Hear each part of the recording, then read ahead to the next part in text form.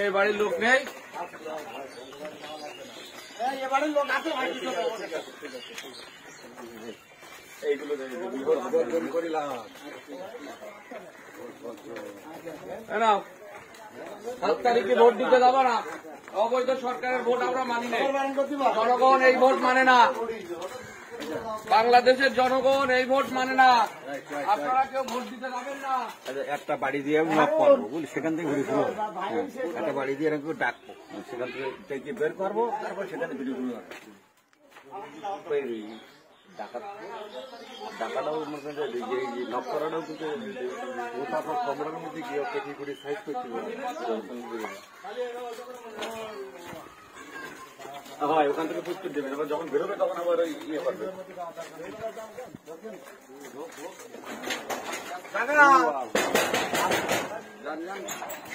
টাকা আছে, আসেন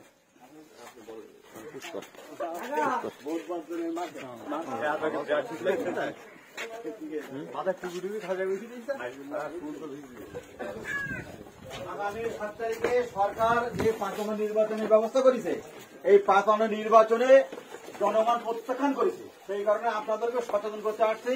আগামী 7 তারিখে আপনারা ভোট কেন্দ্রে যাবেন না, অন্যকেও যেতে দেবেন না, অন্যকেও নিষেধ করবেন। এই 7 তারিখে ভোট কেন্দ্রে যাওয়া মানে সরকারের যে লুটপাট দুর্নীতি করেছে এগুলোকে স্বীকৃতি দেওয়া। 7 তারিখে ভোট কেন্দ্রে যাওয়া মানে যে আগামী দিনে আমাদের যে গণতন্ত্র হত্যা করেছে, এই গণতন্ত্রের জন্য আমরা আন্দোলন করছি। এই আন্দোলনকে নস্যাৎ করার জন্য, উচ্ছেদ করার জন্য ভোট কেন্দ্রে যাবো। অতএব আমরা ভোট কেন্দ্রে যাবো না।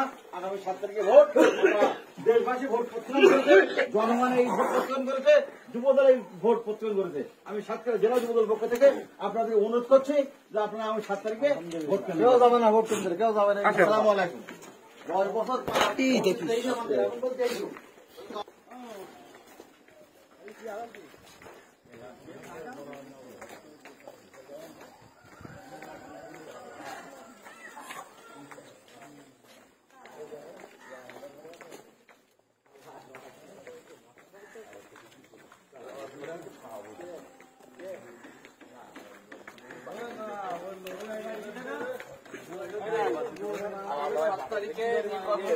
কেউ যাবেন না, ভোট দিবেন না।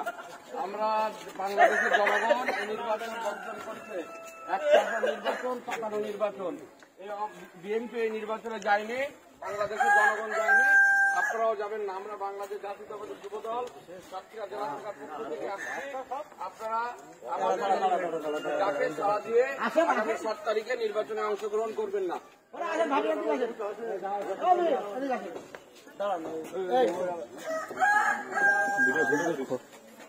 ভিডিও কাইটি নিয়ে আসেন,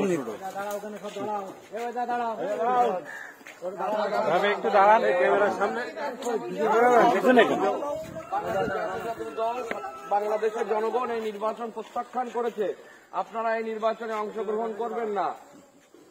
সারা বাংলাদেশের মানুষ যে নির্বাচন বর্জন করেছে, বর্তমান সরকার এই নির্বাচনকে করে তাদের ক্ষমতাকে সুদৃঢ় করার জন্য, পাকাপোক্ত করার জন্য, তাদের যে অনিয়ম দুর্নীতি নির্যাতন করেছে মানুষের, সেটি একটা পাকাপোক্ত করার জন্য আজকে এই নির্বাচনের ব্যবস্থা করেছে।